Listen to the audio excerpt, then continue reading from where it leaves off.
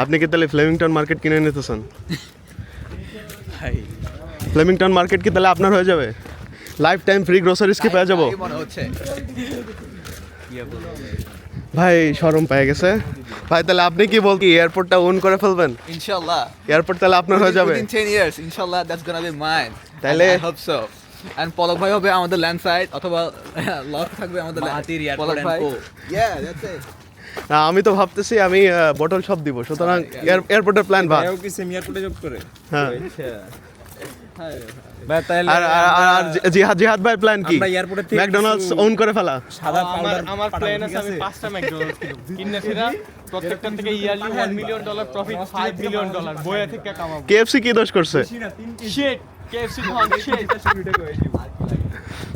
সাদা পাউডার লাল পাউডার তাহলে বেস্ট তাহলে আমরা 10 বছর পরে আমরা তাহলে ভিভিড সিটি স্পন্সর করতেছি যার যার মতো করে।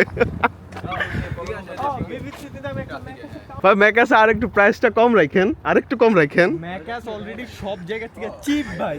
আর ওই জন্য বলতেছে আরেকটু কম রাখেন। না তাইলে তো ভাই ব্যবসা হইল না। এখন আমি তো আর ফ্রিতে তা দিয়ে দিতে পারবো না। আচ্ছা তুমি বললে কি ফ্রি? যেমন এই যে সাইমুম ভাই হইতেছে ফ্লেমিংটন মার্কেট ফ্রি করে দিবে আমাদের জন্য, ফ্রি গ্রোসারিজ। ফ্রুটস খাইতে মন চাইছে জামু যে 2 বক্স আলগি দিয়ে লই আসি। তারপরে যে কোনো ইন্টারন্যাশনাল ডোমেস্টিক ফ্লাইটে মাহাতির ভাই আছে। থাই কুইজিন খাইতে হলে ফাহাদ ভাই তো আছে। আর যদি কোনো শেফ বিশ্বাস একটু শেফ প্রমোশনটা দেখছো কি? আর যদি আপনাদের কারোর বোতল লাগে আমারে বললেন। না না এই সব কিছু করার পরে হ্যাংওভার কাটানো দরকার এটা